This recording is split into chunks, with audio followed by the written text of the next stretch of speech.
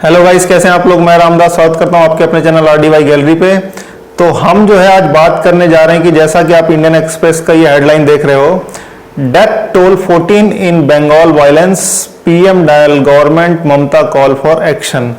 तो बेसिकली हुआ क्या है आपका कि जब से तृणमूल कांग्रेस TMC बंगाल में जीती है, 2 मई को नतीजे आए हैं, तब से बहुत ही जबरदस्त तरीके से जो है आपका वायलेंस चल रहा है। और बेसिकली इसमें तृणमूल के जो कार्यकर्ता हैं, वो मेनली भाजपा के जो कार्यकर्ता हैं, उनके ऊपर बहुत जबरदस्त तरीके से जो है अटैक कर रहे हैं।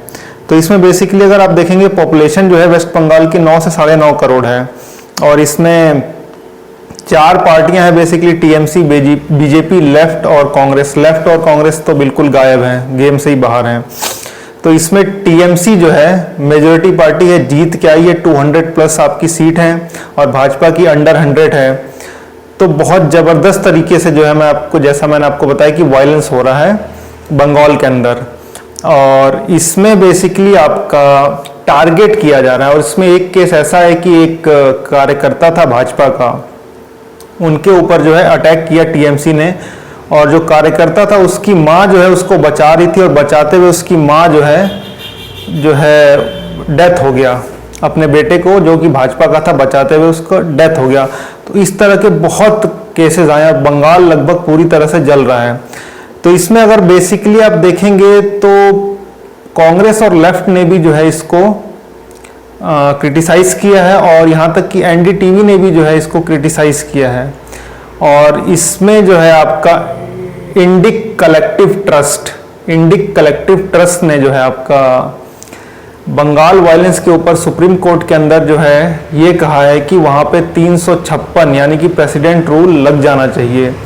तो प्रेसिडेंट रूल तभी लगता है जब आपका प्रेसिडेंट को ऐसा लगे कि जो है आपका स्टेट में लॉ एंड ऑर्डर बिगड़ चुका है, या फिर प्रॉपर मेजोरिटी नहीं है, या फिर लॉ एंड ऑर्डर का केस जो है बहुत ही ज़्यादा जो है खराब हो चुका है। तो लॉ एंड ऑर्डर का केस बहुत ही ज़्यादा खराब हो चुका है। ये चीज़ अभी जो है देखने वाली है कि लॉ एंड ऑर्डर खराब हो चुका है। बेसिकली ऑन ग्राउंड तो खराब हो ही चुका है, बट गवर्नमेंट क्या इस पे आगे बढ़ती है या नहीं बढ़ती है, वो आगे चीज़ है देखने वाली।